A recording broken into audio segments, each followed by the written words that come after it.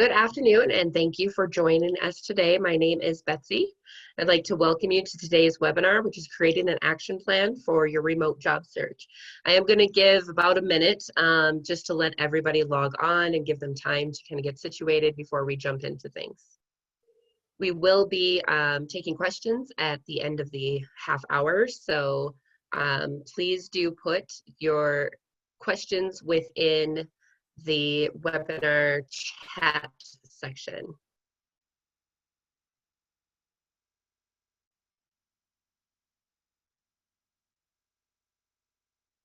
Okay, and those that are popping on right now, I'm just giving everybody a minute to be able to get on and get situated before we jump into things.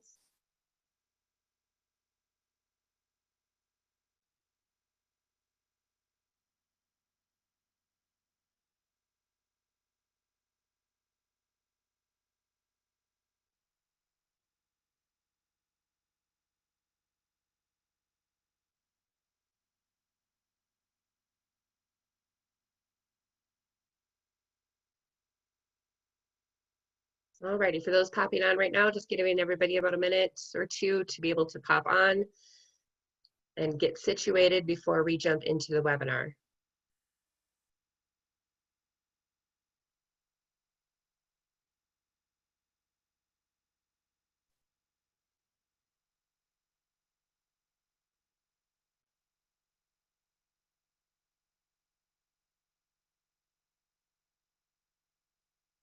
Alrighty, so it looks like we have a good amount of people here. As I've stated before, my name is Betsy. I'm one of the career coaches here at FlexJobs. Today's webinar is going to be on creating an action plan for your remote job search. Do want to let you know that yes, all of you are muted. There will be an opportunity to answer questions at the end, so please do put any questions that you have within the Q&A box. And Bree and I will be addressing those towards the end of the half hour. Also do know that this recording will be sent to you via email before the end of the week. So don't feel like you have to be taking furious notes because we're going to send it to you, and any links that I share will also be sent within that email. So let's just pop into things here. Alrighty, so the topics that we're going to cover today is developing a tracking system, identifying critical remote job search to-dos, and evaluating your job search tactics. Just to give you a little bit of snippet about FlexJobs in case you aren't familiar with us, we are a job search service that specializes in remote and flexible jobs, and we have been around since 2007. We've helped more than 4.5 million job seekers since then and have screened more than 55,000 companies. We are a membership site, which is the opposite of most job boards, but we also have lots of free and public parts of our site as well, so we do ask that you just check us out. Alrighty, staying organized throughout your search is extremely important, so let's talk about developing that tracking system. FlexJobs has a variety of checklists for members and non-members alike to help job seekers get and stay organized.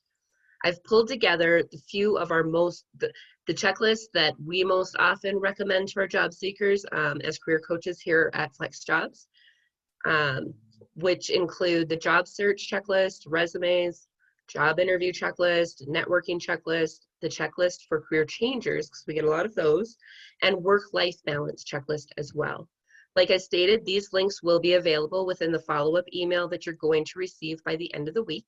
I thought it would be nice to just kind of give you an example of what one of them look like.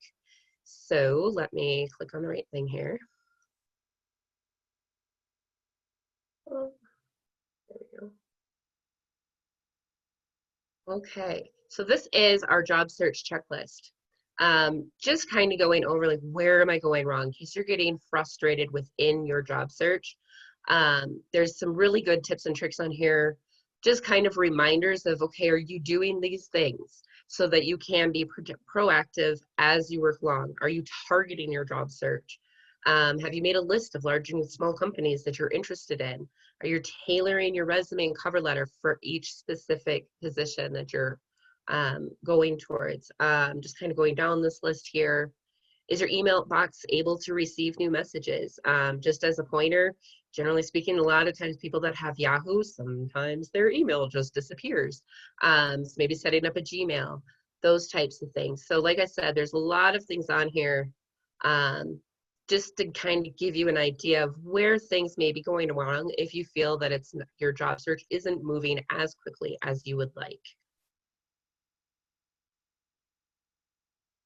Okay, my biggest advice is keep it simple. You want to develop a tracking system that you're able to stick with. And that can be a spreadsheet, an email folder, um,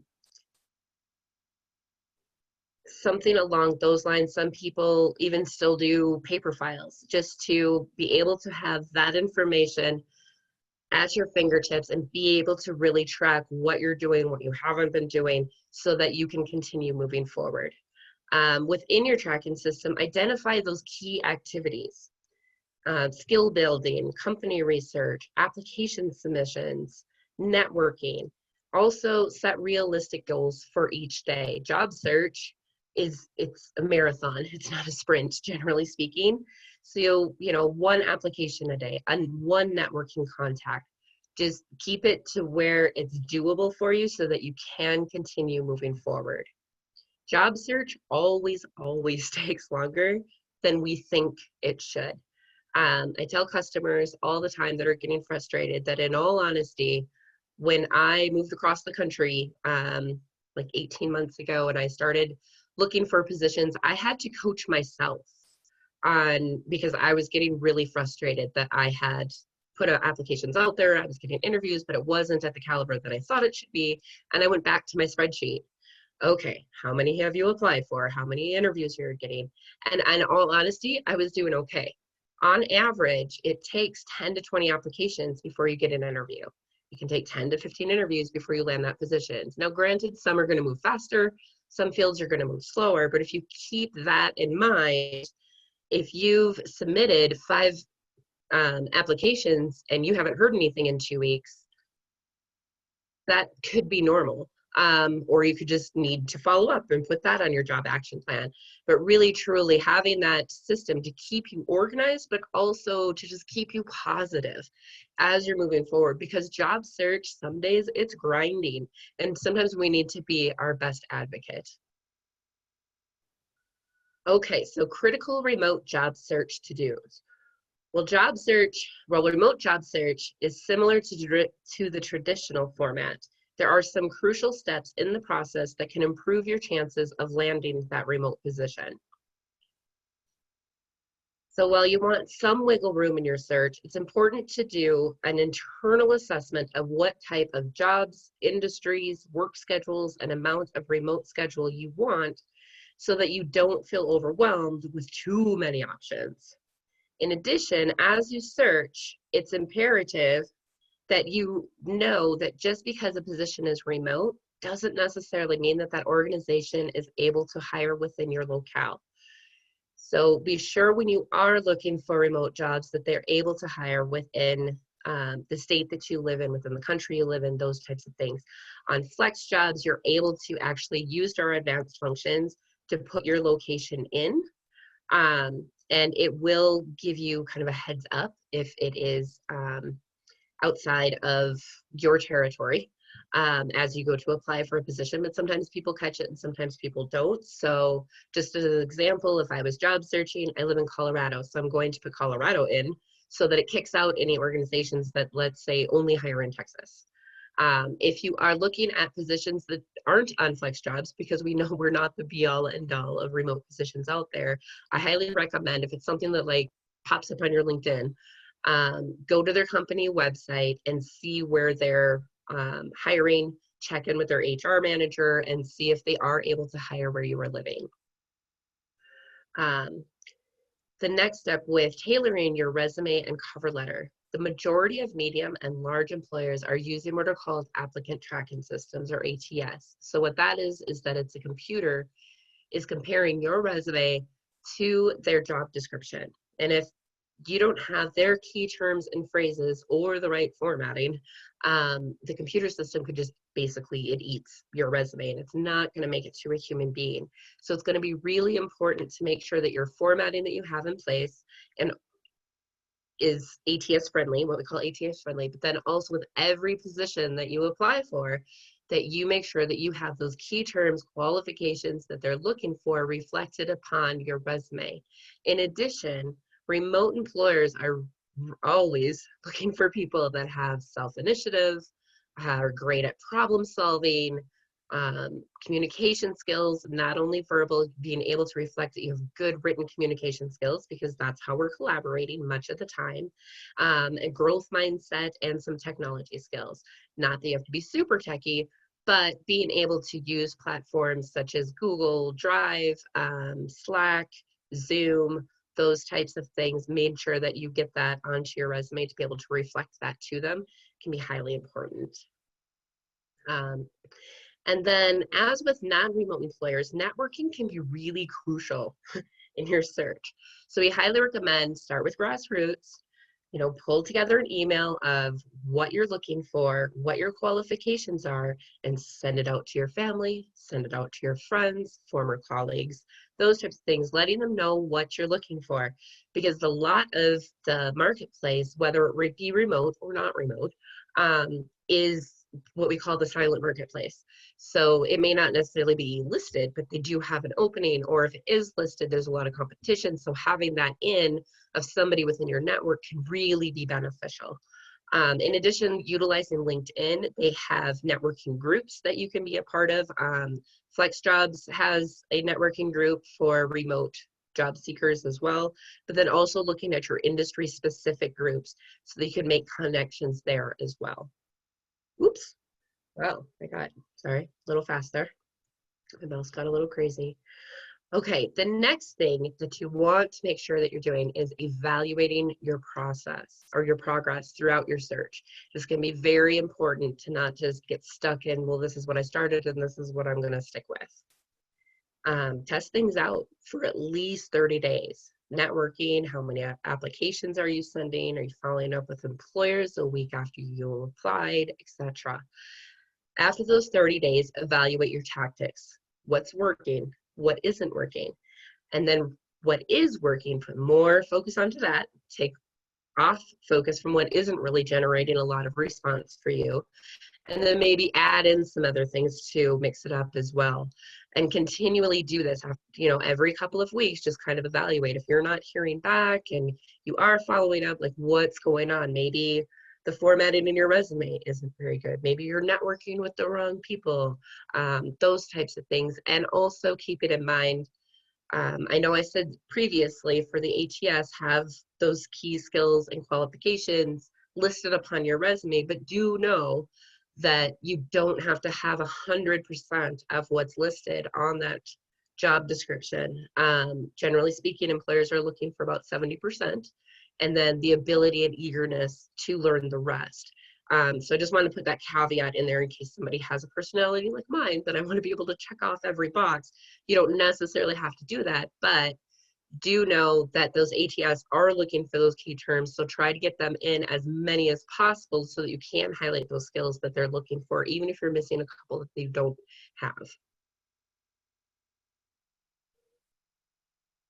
Oh, geez, very sensitive mouse, sorry about that.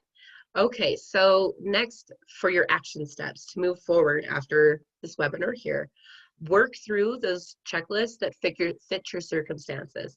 I do realize that not every checklist that I'm providing is going to be a good fit for everybody, but I wanted to be sure that we were reaching as much of our audience as possible. And then develop a tracking system that works for you. Everybody's a little different. Is it a spreadsheet? Do you do okay by utilizing a calendar, whether it be an electronic calendar or paper and pen calendar? That's fine.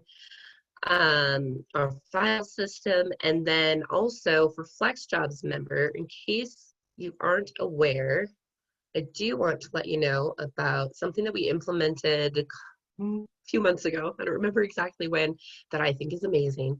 For those jobs that you want to track that you have applied for through FlexJobs, you can go to My Job Search Activity.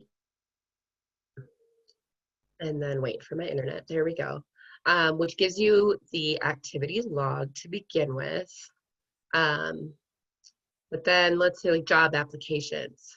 So this one I didn't really apply to, I just said I did. You're able to track if you applied, if you sent a follow-up, if you have an interview scheduled, if you have an interview completed, if you accepted the offer, if you declined the offer. So it's actually for those positions, you can do so right within the FlexJobs website. And then for earlier instances, you can save jobs as well. If you aren't quite ready to apply for them, have that. You can save searches. We try to make it as comprehensive as possible for our job seekers to be able to move forward and be organized, because we know that being organized can be really important.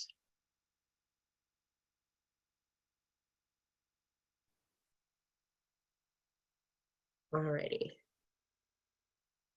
So with all of those, from what I stated previously of the spreadsheet, using a calendar, using a file system, using FlexJobs, and what we have in place, figure out what you're most comfortable with and what you're going to be able to stick with. Like I said, everybody's a little bit different. Even with all of those cool things on our FlexJobs website, I know for myself, I love spreadsheets. So I would be using a spreadsheet. Some people don't like spreadsheets, so it's figuring out what's going to work for you. And as I stated before, test, evaluate, reevaluate what's working and what isn't, and just continually move forward and making tweaks as you go so that you can have a successful remote job search. Okay, so we are entering into the time for questions. Remember that this recording and the links included will be sent out to the email address that you use to register by the end of the week. Please, just in case, if you don't see it by Friday, jump into your spam or junk folder and just see if it might have gotten shoved into, if it may have gotten shoved into there, because sometimes that does happen. And then for even more tips, tricks, resources, I recommend that you go to flexjobs.com/blog, which includes a vast amount of articles, resources, webinars, and videos to members and non-members alike. Alrighty, so let's open up the rest of our time to questions. I and Bree will be answering as they come in.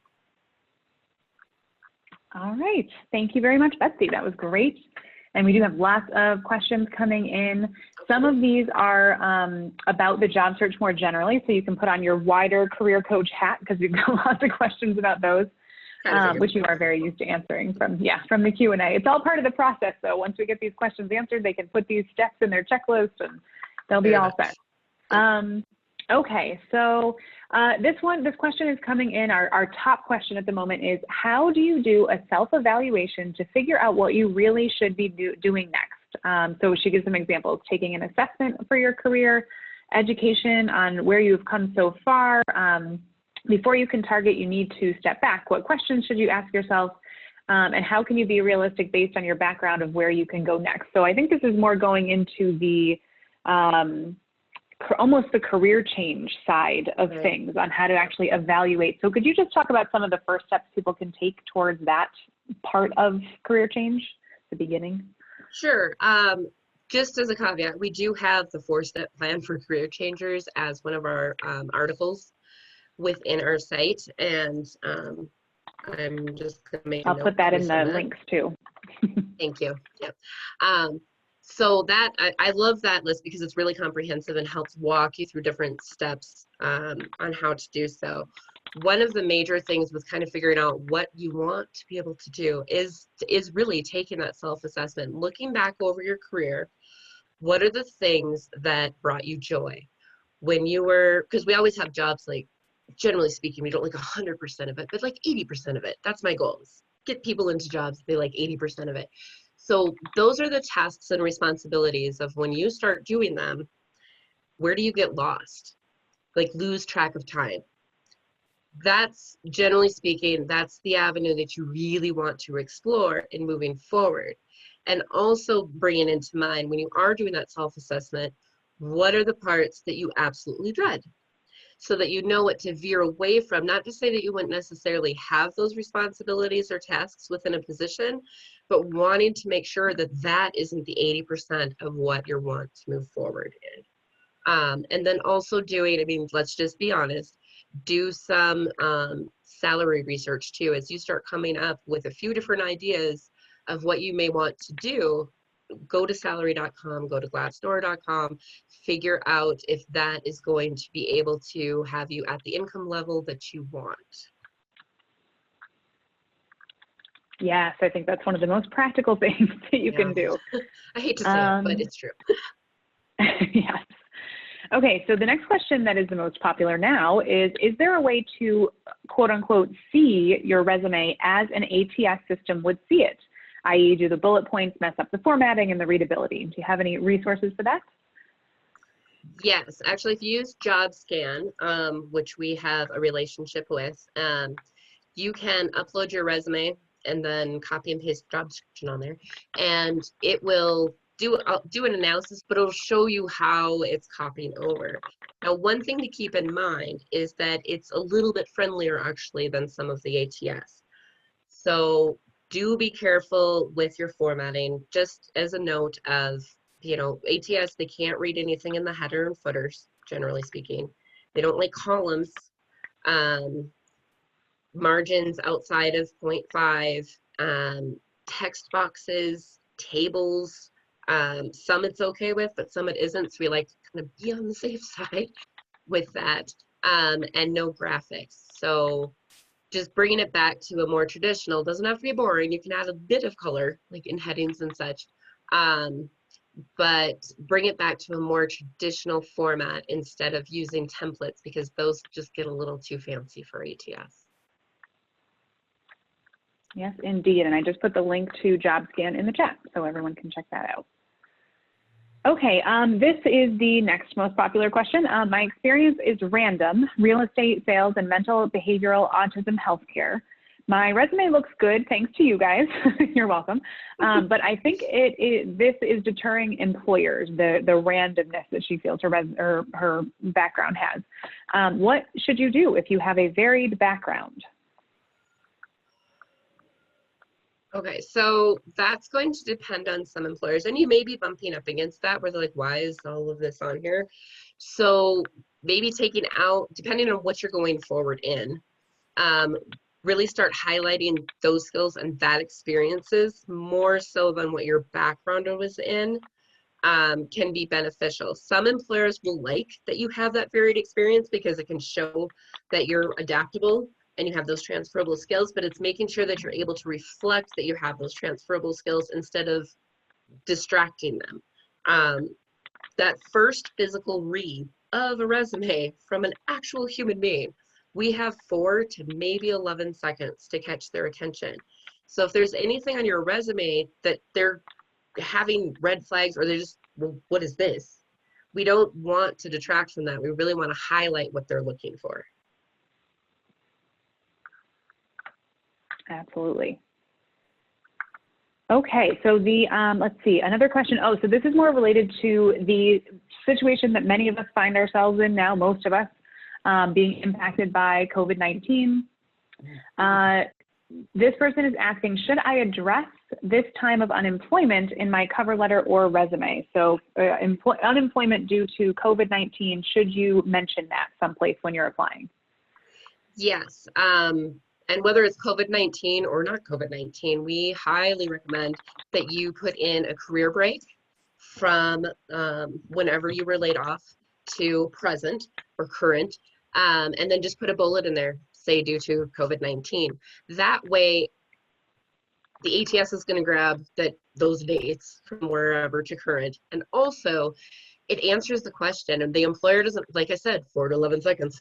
The employer doesn't have to sit there and go, oh, I wonder what happened, because you just explained it. So as I stated, also, that's not only for COVID people. If you've taken a break to care for family, did traveling, decided to go after some certification, put some information in there of what you were doing so that it answers the question and they move on your document. Yes, and I just put the links to our career break download in the chat as well so people can see that. And if people are missing the links, you'll be able to get all of the links that I'm putting in the chat in the email that you'll get later this week with the recording and all of that. So you'll get an email with everything. Thank you, Bree. All right, looks like we have time for a couple more questions here. Given the pandemic and the increase in applicants, are you finding employers are taking longer to start the interview process? Yes and no. It's dependent upon the employers. We are seeing some slowdown with some employers, and unfortunately some hiring freezes, not like above and beyond the ones that are kind of running normally. But as anybody that has worked remotely before, there's a difference between working remotely and working remotely with kids. There just is. So there can be some delays. I do recommend that before you apply for a position, go onto Google or whatever search engine you use, put in their company name, type in hiring freeze or hiring delay and those types of things and see if anything's popping back. But with that, whether it's COVID, whatever atmosphere that we're in now or regular, highly recommend that if you haven't heard anything from an employer in 7 days, go ahead and follow up with them.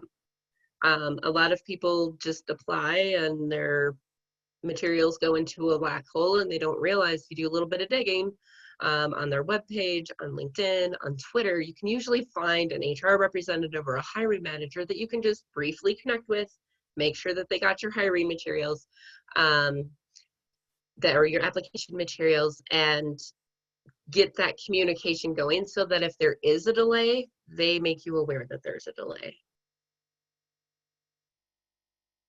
Or there's a higher likelihood that they will. I won't promise that they always will.